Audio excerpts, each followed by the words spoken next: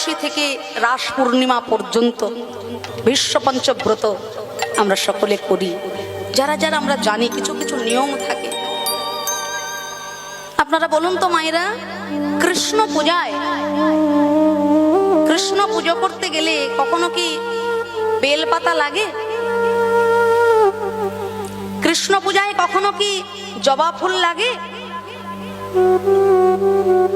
শাস্ত্র বলছে সারাটা বছরের মধ্যে একটি দিন কৃষ্ণ পূজায় সাদা জবা ফুল লাগবে, আর সারা বছরের মধ্যে দুটি দিন কৃষ্ণ পূজায় বিল্বপত্র প্রয়োজন।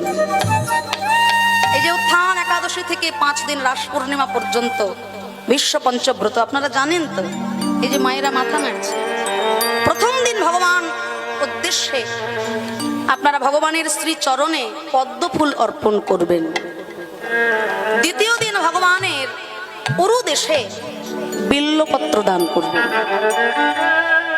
তৃতীয় দিন ভগবানের নাভি দেশে গন্ধ অর্থাৎ আতর দান করবেন। চতুর্থ দিন ভগবানের দুটি স্কন্ধে, একটি স্কন্ধে সাদা জবা, একটি স্কন্ধে বিল্বপত্র অর্পণ করবেন। আর পঞ্চম দিন রাস পূর্ণিমা তিথিতে ভগবানের মস্তকে মালতী পুষ্প অর্চন করে পূজা নিবেদন করবেন। এই 5টা দিন যদি এই 5টি কর্ম আমরা করতে পারি, বলছে পুনর্জন্ম ন লভ্যতে। জননী জঠরে জন্ম মৃত্যুর যে জরা চক্র, কত জ্বালা, কত যন্ত্রণা, কত বেদনা, এই সকলের ঊর্ধ্বে গিয়ে ভগবানের অনন্ত ধামে শ্রী চরণ তলে আমাদের গতি লাভ হয়ে যায়। শাস্ত্র কথা, এ আমার মুখের কথা নয়।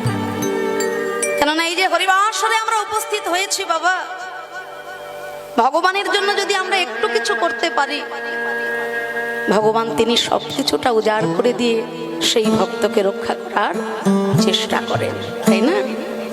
ভগবানের জন্য যদি একটু কিছু করা যায়, সন্ধ্যাকালে যদি আপনারা ভগবত উদ্দেশ্যে এটুকু সেবা করতে পারেন, আপনাদের এই সেবা ভগবানের ধামে ভগবানের কাছে যেতে আমাদের সহযোগিতা করবে। এই যে সন্ধ্যাকাল, বারে বারে বলছি কার্তিক মাসে সন্ধ্যাকাল বড় পবিত্র। সন্ধ্যাকাল, সন্ধ্যা এলো কোথা থেকে?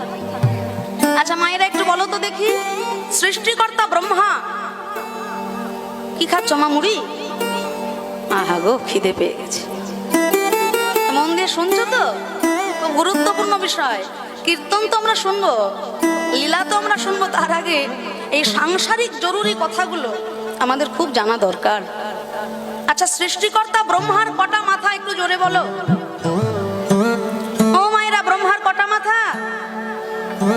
ওই মা আবার সামনে থেকে দেখেছে তো পিছনের মাথাটা দেখতে পাইনি, বলে 3টে। পিছনেও আর একটা আছে, বুঝলে? তা আমরা জানি সকলে সৃষ্টিকর্তা ব্রহ্মার 4টে মাথা, নাকি গো? কিন্তু সৃষ্টির প্রারম্ভে এই সৃষ্টিকর্তা ব্রহ্মার কিন্তু 5টি মাথা ছিল। ব্রহ্মা হতে যখন সৃষ্টি তত্ত্ব শুরু হচ্ছে, ব্রহ্মা জগৎ সংসারে সৃষ্টির দায়িত্ব নিয়েছেন। তা যখন মনুষ্য জাতিকে সৃষ্টি করছে, ব্রহ্মার পুত্র মনু, মনু থেকে মনুষ্য সৃষ্ট। তা যখন ব্রহ্মা প্রথম কালে সৃষ্টি করছেন, যত যত সন্তান সন্ততি, তারা বলছে হে দয়াময়, ওই সংসার চক্রে নিমজ্জিত হয়ে আমরা যন্ত্রণা সহ্য করতে চাই না। তারা ভগবত শরণে আশ্রয় দিচ্ছে। ব্রহ্মা তখন মনে মনে মনন করলেন যে কি করে জগতে সৃষ্টি তত্ত্ব